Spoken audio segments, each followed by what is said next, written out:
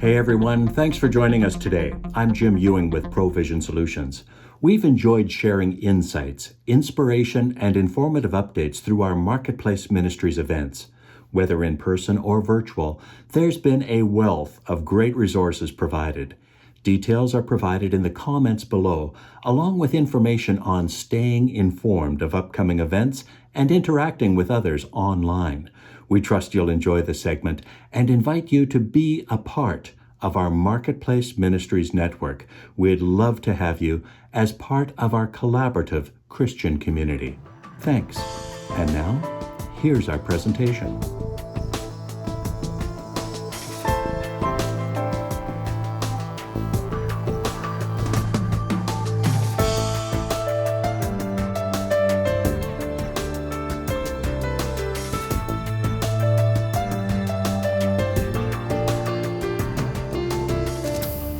Hey everyone, thanks for joining us. It's great to have you with us. Hey, we've had great opportunities to connect with people that we've met over the years who are followers of Jesus Christ and are passionate about where God has them in the marketplace. And it wasn't that long ago that I had the privilege of meeting Dr. Robert Huizinga at a special event, and I was so impressed with what he had to share. I thought we just had to grab some of that to share it with you today. So, Rob, thank you so much for joining us today over technology. And how about if we find out a little bit about who you are, what you do, and what makes Rob tick?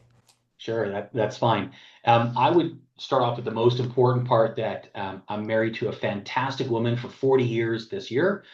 We have 5 kids, all of whom are married and love the Lord, and we have 10 grandchildren with 2 more on the way. So we're that reference sets, what I do for a living because it all focuses back to them and to the family.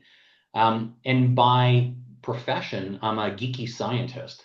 And what I do for a living is I do drug development. So I've worked at the University Hospital in Edmonton in kidney disease and worked both clinically with patients and then moved into drug development, being on the investigator side of the fence, helping drug companies understand how their drugs work. And along the way, became an epidemiologist and eventually did a PhD.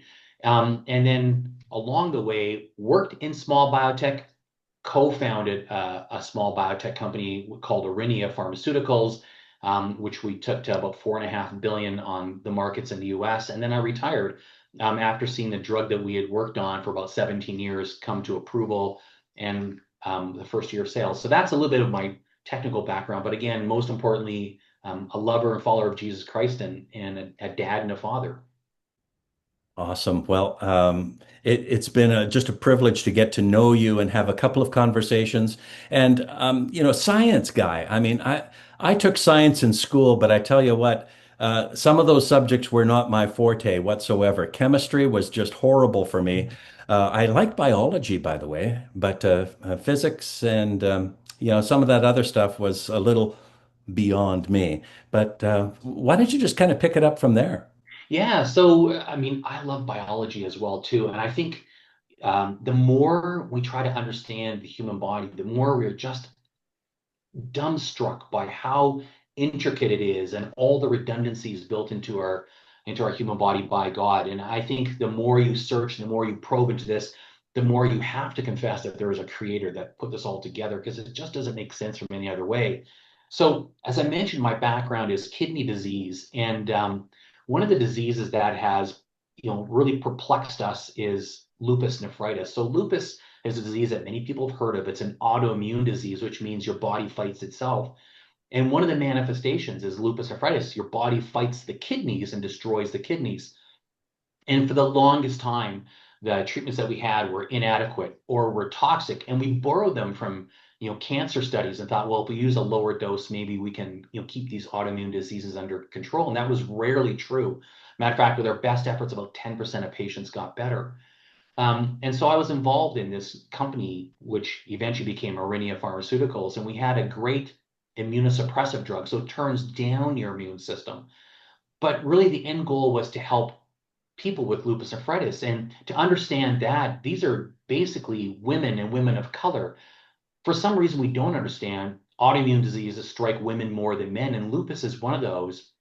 And it really strikes women of color. So Black and Hispanic and Asian women really get a severe form of the disease. And untreated, they end up on dialysis or need a kidney transplant. So it was really trying to understand, can we use this drug and find a path forward that will allow these patients to be successful? And by successful, I mean not only is their disease under control, but they can go back to work or they can go back to school or they can have families. And all of those things really aren't allowable to them because of the toxicities of the present treatments that were available to them before, our drug became available. So that's sort of the connection between science and real hope for treating patients with this terrible disease.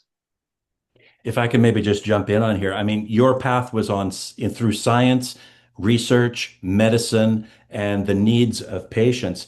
But just kind of a parallel with that, um, you had an end goal that was in mind there, a patient, a customer, if you will, if I could Yeah. expand it out to the Yeah. rest of the audience that we're talking here. So you kept your customer in mind and you went down a path to find a solution to a problem that your customer was experiencing. Yeah, absolutely. And to put this in context, this is a rare disease. So sometimes you think about pharmaceutical companies going after, let's say, blood pressure control, hypertension, and that's hundreds and thousands and millions of patients. I mean, we're talking a very small number of patients here, but their needs are no less important. And so that's why we went down that road to see if we could get at a disease which up to that point it had no successes. And the hope was that we could find a treatment paradigm that worked for them. So really grateful that it worked out that way. Was that kind of how you got started down this road? Is that No, was it kind no, of, it just kind no. of fell into your lap that here was an opportunity to research? Yeah, so basically, my boss, who was the divisional director of nephrology, kidney disease, was very famous and was involved in a lot of transplant studies. So I started working in his basic science lab, and really trying not to cause problems. And he asked me one day if I wanted to be involved in some research work. And the joke is that I said to him, yes, as long as there's not a lot of paperwork, because I didn't like paperwork. Well, as it turns out, clinical trials and clinical research is a tremendous amount of details and paperwork, and neither of us knew that. So, by God's grace, I sort of fell into doing clinical trials, clinical research. And as you become successful as an institution, as a university doing that, more companies come calling because they see you as a solution provider. And that's really then how I got my job into a biotech company, which was an offshoot of the university, because we were solving problems for industry. And so they asked me, say, listen, would you leave the university and come work for us directly? And really, that wasn't, I didn't search that out. They sought me out. And that was sort of led to the start of our biotech adventure, which had its ups and downs, of course. Mhm. Boy, I was just thinking as you were talking there about the fear of paperwork, and just reminded of the saying, "Be careful what you wish for." And I don't know, Yeah. somehow you ended up with, well, here, let's come right to it. That documentation is very important because if you do come across a solution, it's nice to be able to share with others how you came across it so it can be replicated. Totally. And if you think about, the FDA or Health Canada or all these regulators, they just want to understand how you came to the conclusions you came to. And is this drug primarily safe? And then secondly, effective? And so I tell people if you could visualize this, the amount of data that goes into a typical drug before it gets approved is basically two semi-truck loads worth of paper. And you have to submit all of that. Now we do it all electronically now, but I'm responsible for signing off on that paperwork along with another colleague of mine. We signed off that we reviewed all of it. And we did, by the way, we reviewed all of it before it went to the FDA and to other regulatory jurisdictions for approval. So it's a lot of background work in, lab studies and animal studies and human studies and manufacturing, all these different things. So we have a good process for how drugs get approved. But it's a lot of paperwork. When I heard you speak the first time on similar topics here, you went into great detail as to the process for the solution Yeah. that you ultimately came to. But a lot of the entrepreneurs that I've had opportunity to speak with, I mean, they come into it with the rose-tinted glasses, and they all that they can see is the potential upside, and fail to recognize that, hey, there's some cautionary notes that should be adhered to as I go down this journey here, because it doesn't always work out. It doesn't always work out. So when you think about molecules that that are discovered at a scientific, what we call the bench, or we just call it the bench, you have a 10,000 to 1 long shot on average of getting that molecule approved by a regulator. It's a long road with a lot of failures, and those failures come in so many different areas. It may not just be that the molecule is not intended to be used in people. And maybe the formulation that you have, whether it's a pill or a capsule or a liquid or an injection, is the wrong kind of formulation, or you may have been testing in the wrong kind of people. There's all these different paths along the way. And then there's also, it takes a lot of money to develop these drugs. On average, somewhere between 1.2 to 1.6 billion dollars US to develop a new medication. And we have to go to the stock market to get that money to bring it in, because there's no, country that can fund this kind of work. You basically have to fund it from investors who are obviously hoping for success. So even that aspect, the financial aspect of running your business, you may come up with a lot of obstacles, and we certainly did with in our case as well. So, dealing with frustrations and disappointments along the path, you probably had one or two of those along the way. How do you carry on when you face some of those obstacles that look like they're fatal? They appear to be fatal. They appear to be fatal. Just before I answer your question, I always joke, when you're in biotech or when you're a small business entrepreneur, you face the abyss many times. And as you become more skilled as an entrepreneur, as a small business owner, you eventually go like, oh, look, it's just the abyss. But I've seen it before, so it's just the abyss. I think, one of the texts, well, there are many texts that sustain me, but one of them is from First Peter 4, which is each one of us use whatever gifts God has given us to serve others, faithfully administering God's grace in the various forms. Joan and I prayed a lot during the dark days of this drug development, and they were really dark.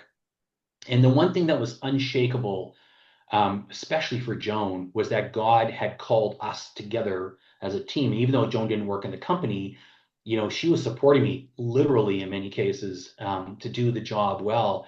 And I want to be clear, like, I tried to subvert God's plans from time to time. I looked for other jobs, for example, or I thought, let me try this or this other way to try to, cheat God's plan, maybe because I knew better. And God would always redirect us back to, no, this is what I've called you to do. And you don't know what the end looks like, but my ends for you are grace filled and are perfect. And so it was really Joan's prayers and support that helped us get through these dark times.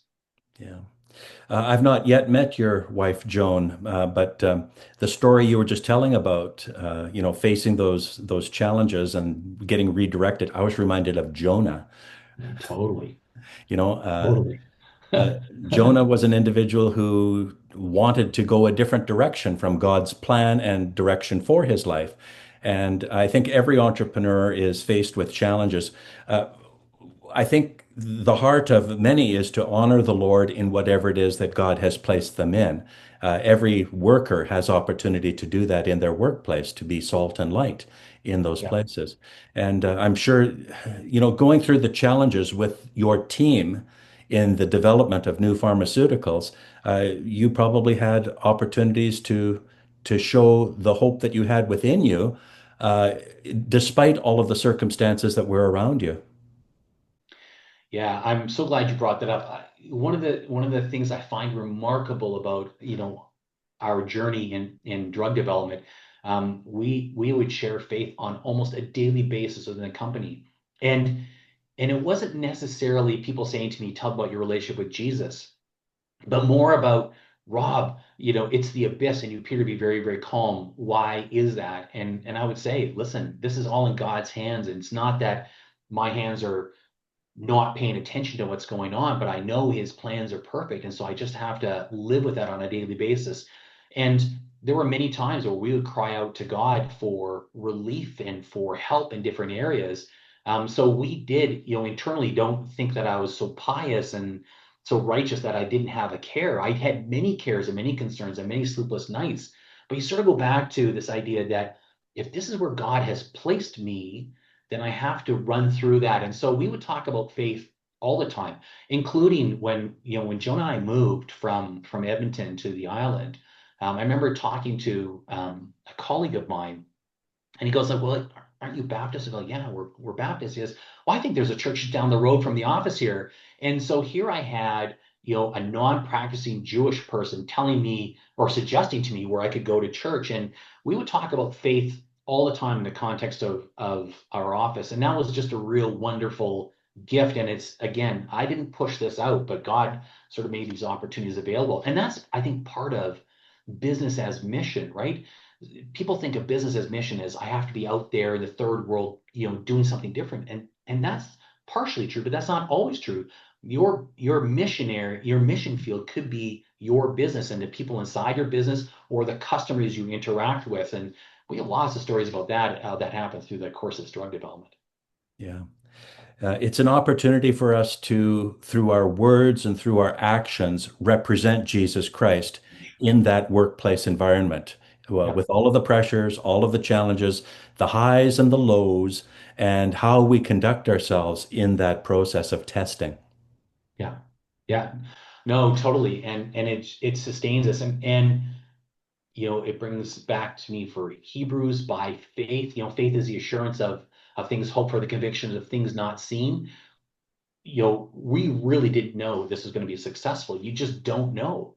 But you hope for that God will bless your company along the way. And while it doesn't guarantee that it's going to be the positive outcome you think it will be glorifying to God in how you enact that on your day-to-day business. And so we just had faith that God was going to lead us through. And then we had, of course, the hope that the treatment would be successful.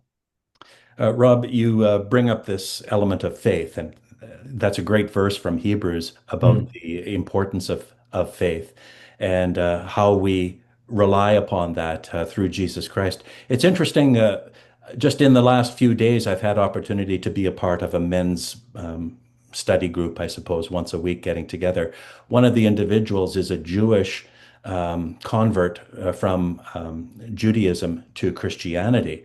And he Right. brought up just in the last few days this aspect of stepping out in faith, and we commit our ways to the Lord in faith that He will guide and direct us. But he brought another interesting aspect to that, and he used a Jewish word, a Hebrew word, pardon me, and the essence of the word was something along the line, yes, we commit things to God in faith through prayer, but yet there's this aspect of we need to take some sort of a step towards Yeah. the realization of it.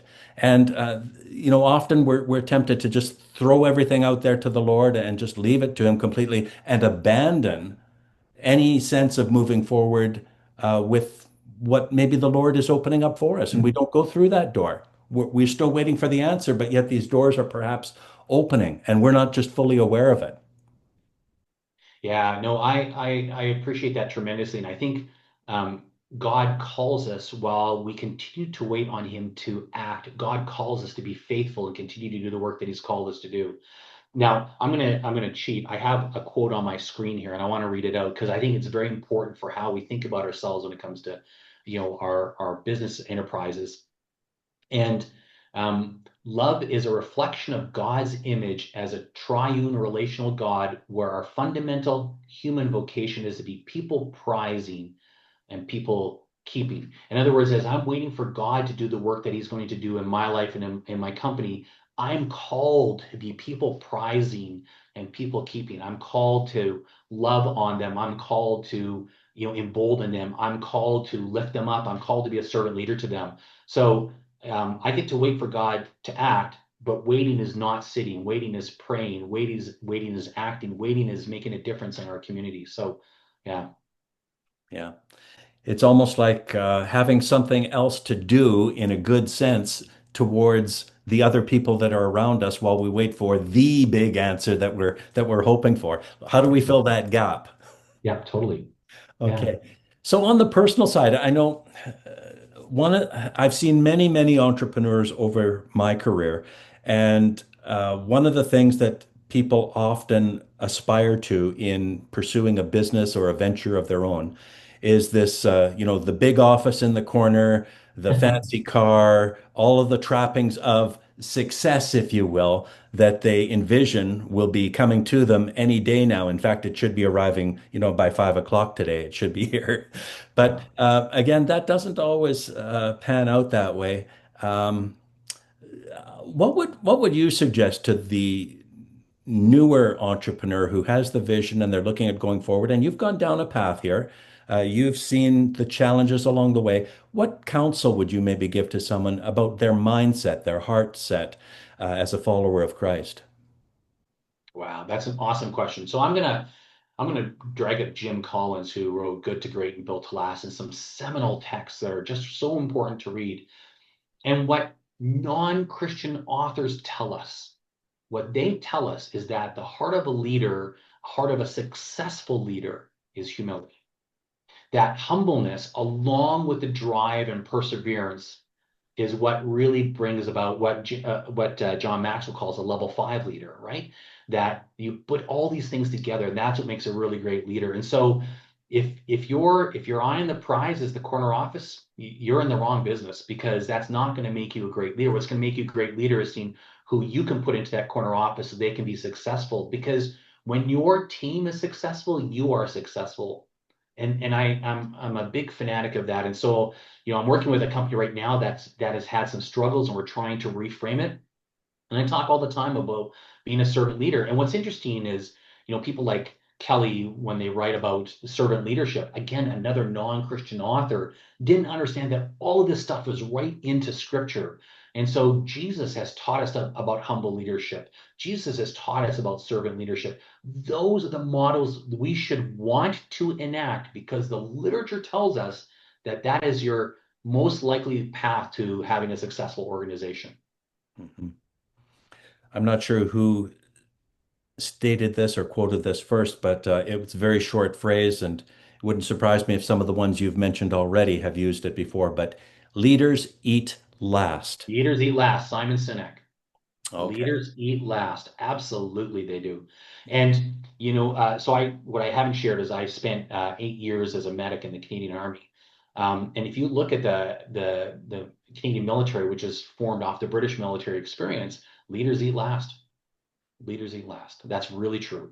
Mhm. Yeah, when I've worked with some entrepreneurs too, going through some tough times, it's not always exactly as you had envisioned and put into your first draft of your business plan. Mhm. Often the sales that you thought were going to show up don't materialize.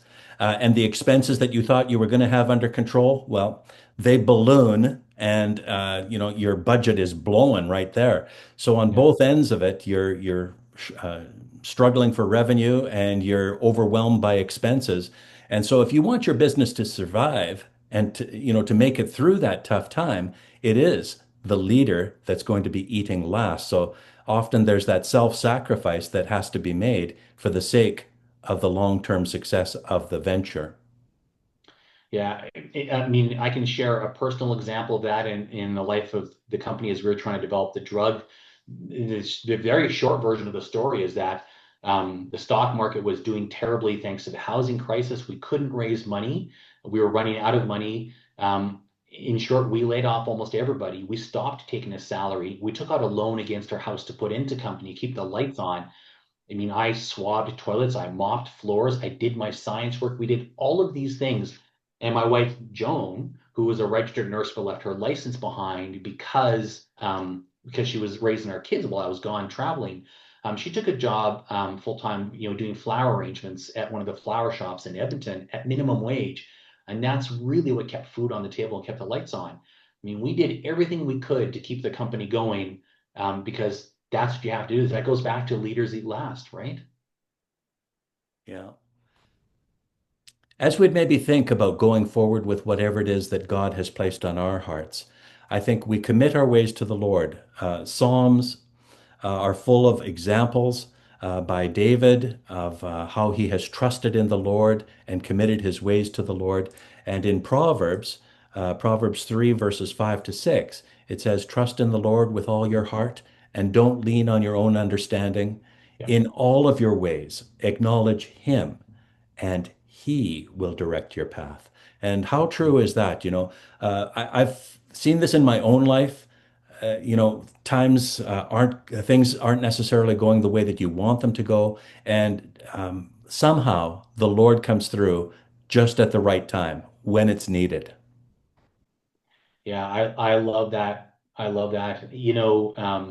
And I think we have to have the patience and the willingness to trust in God to come through at that last moment, and He will come through. Because that's what He says in Scripture, that He is His plans for us are amazing, and so He wants us to sort of say, okay, God, this is beyond this is beyond my control. This is more than I can bear. And God goes, that's okay. I've got this. I've got this.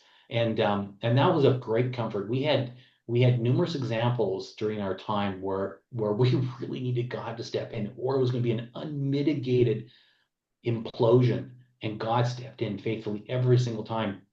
And while that was, I mean, I think about 13 years ago, 11 years ago, when things were at their darkest, that sustains me today because I think back at those times and go like, God was faithful then. God is faithful today. He has not changed. Hmm. Well, are there any other key pieces, Rob, that you'd like to maybe share with our audience here before we kind of wrap things up? Uh, you know, um, I think as you start your enterprise and your business and as you're working through it, we've talked about who's your customer, who's the end goal in mind, but I think as well too is we have to treat all our business enterprises as a mission field and as an opportunity to speak grace into people's lives, and whether those are employees for us or whether they're customers of us, we have an opportunity every single action to speak the grace to them, the undeserved grace that we get from God and from salvation that we get from God. And so I try to keep that in mind. And as many times as you want to bark at your staff or have frustrations, and I'm like, God has immense grace for me that's so undeserved. I have to do a better job of exemplifying that grace to others. And so that's my encouragement to people is just as you continue to go through and the struggles that God promises will come our way, He's got it, and He wants us to exemplify grace. Absolutely. The road is not always easy, but He is always there beside us. And we have Yeah. to remember who we are and why we are doing the things that we're doing. We're representatives of Jesus Christ, the King of Amen. Kings. Yeah. So for those who maybe have a vision, Rob, to move something forward, whether it's a business, a ministry area, or some sort of a special project, what would you encourage them to do, kind of, to get out of the starting blocks? Where should they start, and how might they move forward? I think my encouragement is to socialize the idea as soon as possible. And by socialize, I mean start talking about it with people and why. It does two things. In your head, it starts setting plans in concrete because you've now told it to people. So you have to do something with that. And secondly, it allows people to speak into your life about whether that plan makes sense or not, or whether you need to adjust it. So when I'm thinking about a new venture or an enterprise, I start talking about it with people and get their advice and counsel on it and accountability partners and people that I trust in faith. And they sort of feed back to me. But additionally, it starts to lock those plans in. And so I sort of have to carry them out because I've started to talk about them. So, my encouragement is to socialize them, start talking about it with people, and people will tell you whether these plans make sense or not. And the Holy Spirit, I mean, pray, pray, pray.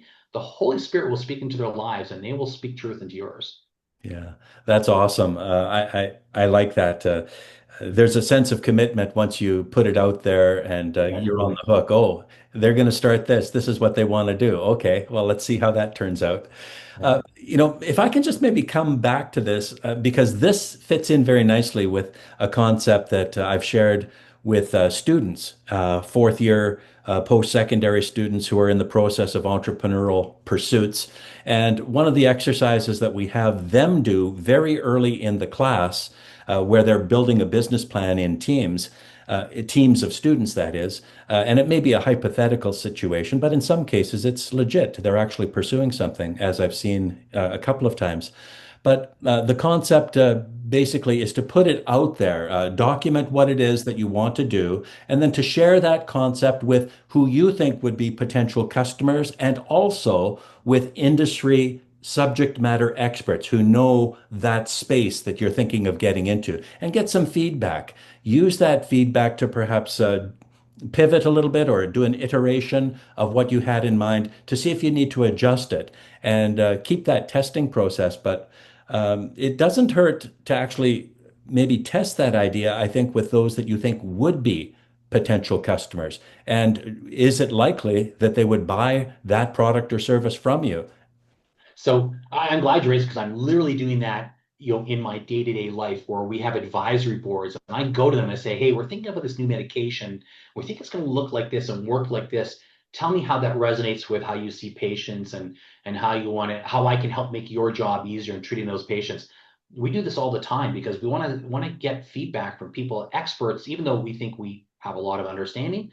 We want to hear from those experts and for them to say that's a terrible idea and this is a reason why, or that's an amazing idea and here's a reason why. So yeah, absolutely. I love that. Love that. Yeah. I'm working with a client right now where I propose that same exercise that he do to test and see what the reaction would be from potential customers. And he was kind of balking at the idea. I think he was a little afraid of, I'm not sure exactly what he was afraid of, but revealing his hand as to what he was wanting to get into, like showing people, this is what I'm working on and this is inside the box, but I'm going to keep it confidential for now. Or is it maybe a potential fear of rejection, or Yeah. that he isn't necessarily quite ready to actually start if people want orders for the product or service? I'm not sure. Yeah, I think it's a great question to ask. I think many times we're afraid of rejection. We're afraid of, looking like we're going to fail in front of people. And I'm a big fan of I'd rather fail in front of my friends than fail in front of people who are not so friendly. So Yeah. Well, Rob, our talk today was nowhere near a failure. It was a great success. So thank you very much for sharing a little bit of the journey that you've been on. A fantastic journey in the medical, scientific, pharmaceutical space. You've seen success. You've seen the trials and tribulations along the way, and you've also seen that God is faithful and God that is He will take you through the challenges to yeah, get you through to the other side. yeah, God is good all the time. I'm just so thankful for his work in our lives, in an area where you wouldn't think that God might be present, but deep in science, there are faithful men and women who are working on and making a difference. And so I'm just glad to be part of that journey. I really am. Dr. Robert Huizinga, thank you so much for sharing your time with us today. Thanks very much. Appreciate it.